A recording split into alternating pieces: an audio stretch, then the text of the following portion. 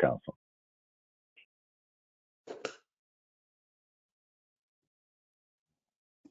My name is Neil Brown, Executive Director of the Controllers Council.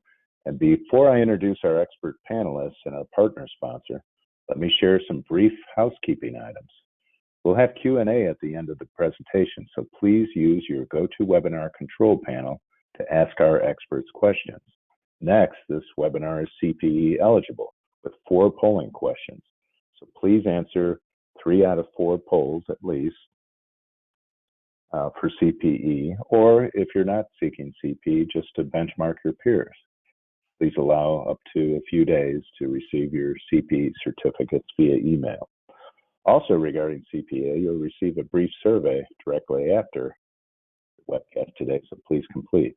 And finally, you'll receive a link to this webcast via email in the next 24 hours, so no need for notes or screenshots.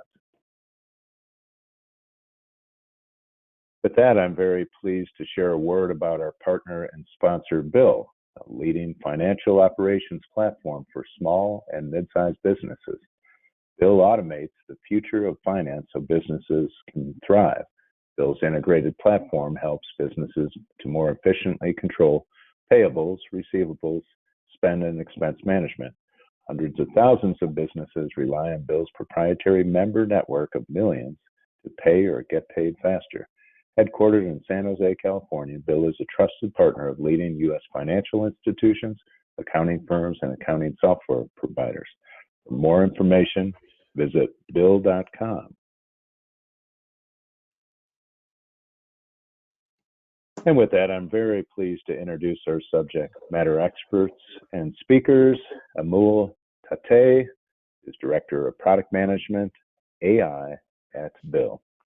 Joe Flesher is Webinar Content Marketing Manager at Bill and former manager of CFO.com and Argyle. Joe and Amul, welcome, and thank you for being here. It's awesome to be here. Thank you for having us. Thank you so much for the kind introduction. So before we begin, I want to provide an overview of what we're going to cover. We're then going to pose our first polling question, but let's go over what we're going to cover first. So I think that we need to make it clear that when we talk about artificial intelligence, it's an umbrella term. There are different types of artificial intelligence that lend themselves to different types of scenarios. And we're going to speak quite a bit about generative AI because that is becoming increasingly applicable in areas you may not necessarily expect, including advising on cash flow management. And we're going to talk about how we can apply advances in artificial intelligence to improve cash flow management. Before we launch into our discussion, though, I do want to give attendees the opportunity to respond to the first of our 4 polling questions. So we are going to display our first polling question in a moment. Neil, I'll turn it over to you. And then after we cover our first poll, we'll begin our discussion. All right, let's launch that poll, and please take a few seconds to answer. And our discussion will flow along with these questions, so this will be helpful to see the audience input. So take 30 seconds here.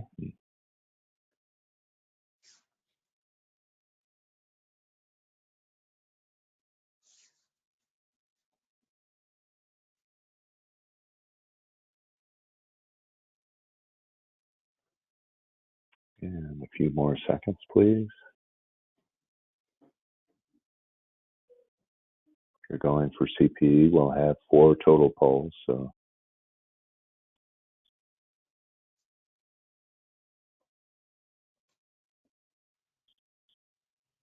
and the voting's slowing down to a crawl.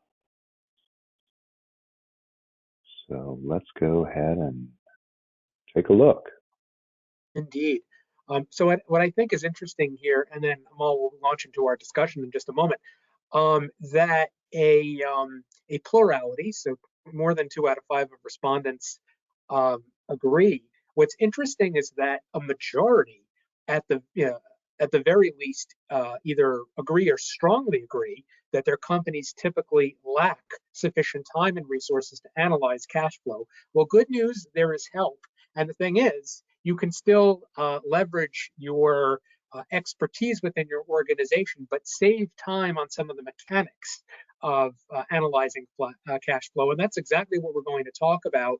I do want to acknowledge that 45% of respondents have indicated that you don't lack sufficient time and resources to analyze cash flow. But even if you don't, we can talk about some opportunities to optimize the resources you do have available. So with that in mind, I want to launch into my first question to you, Mo, and that has to do with a definition. I mentioned earlier, artificial intelligence is something of an umbrella term. So we want to distinguish between, say, artificial intelligence as a supercategory and perhaps some subsets. So one that many members of our audience may be familiar with is machine learning. We'll talk about that. We'll define that, courtesy of Amal. The other thing we want to talk about is a subset known as generative AI. So Amal, I'll turn it over to you, not only to talk about artificial intelligence in general, but also perhaps educate our audience about these particular areas of artificial intelligence, namely machine learning and generative AI. Thank you, Joe. First of all, not very surprising results from the previous poll. More than 50%, for respondents agree that they don't have enough time. We have seen this in our customer interviews where people wear so many hats that it is very difficult to kind of carve out time sometimes to analyze parts that are very, very critical for the business. Let's talk a little bit about AI and specifically about machine learning to start off with. It is a subset of AI, right, that enables system to learn from patterns and from previous decisions that have been made. So think about all the transactions that you have in the system that you have posted in the last 6 months, 8 months, couple of years, 5 years. And in looking back at those transactions, you can build models to detect seasonality, to see if you're doing better in certain months versus others. You can also look at the previous trends and project out what your business can expect sales and other lines to kind of look like in the next month, next quarter, next year. So it's essentially a set of technologies that are used to learn previous patterns and make decisions from the data to predict the outcomes, but possibly to classify data, like, is this a receipt or is this a contract? Is this some other document, right, that can be used, for setting up the vendor, creating a bill, or paying the vendor. It also can identify patterns like seasonality.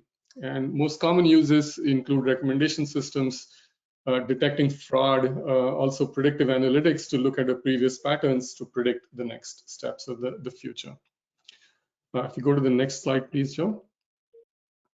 The generative AI is a different set of technologies. And as you guys have heard, more recent past, the splash that has been made by ChatGPT, it has completely transformed the opportunities that are available for automation.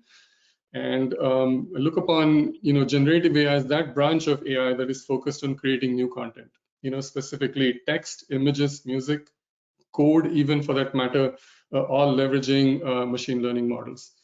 Now, most of generative AI is powered by deep learning architectures, usually generative adversarial networks. Think about when you ask a question to ChatGPT or others to generate an image that looks like a cat painting, a moonshot, with in the style of Monet, right? So you have two different networks. You have a generator model and you also have a discriminator model. The generator model generates images and the discriminator keeps them real, right? So what you see usually is the final output that the generators and discriminators are able to provide. And also, of course, there are transformer models, the generative pre-trained transformers, or GPT, that actually give you text output, right? To summarize something, to find out the core clauses, the GPT models are generally pre-trained models, and generative AI is very, very good at some of those tasks. They also include examples like text generation, image generation, and conversational AI tools. So I'll speak very generally first of how AI and generative AI specifically is transforming the business. First and foremost, it's like completely changing the scope of what we consider routine tasks, and is able to significantly expand that corpus of tasks that would potentially be considered quote unquote routine, right? Is able to interpret a different signal, and it's able to make a decision, and is able to potentially consider and widening the scope of what we consider as automatable tasks. Next, it's very good at looking at patterns, and it's able to detect anomalies to say, okay, hey, this particular coding for this GL, for this transaction looks off, because you look at all the other transactions that have been posted to the GL, this type of vendor or this type of record makes no sense at all, right? So it's able to detect and is able to improve the overall quality, right, of the performance of your team. And then there is the work we can do in personalization. A lot of this work is done on the marketing side. When you reach out to customers or prospects, the amount of personalization that you can go, you can do for the outreach and for the messages that reach your prospective customers or existing customers, the levels of personalization that you could do with generative AI are very significant. And lastly, I'd say that it will definitely help with one-off research tasks. It's able to interpret very specific questions to say, hey, how did my marketing expense change from last quarter? That this verbal question using natural language processing, it's able to interpret that question into a meaningful query, translate that into a graph so that it can actually show that to you very, very quickly, right?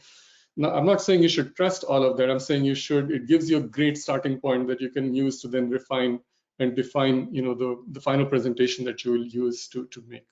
So those are the super high level ways in which generative AI is completely transforming, the business and the opportunities for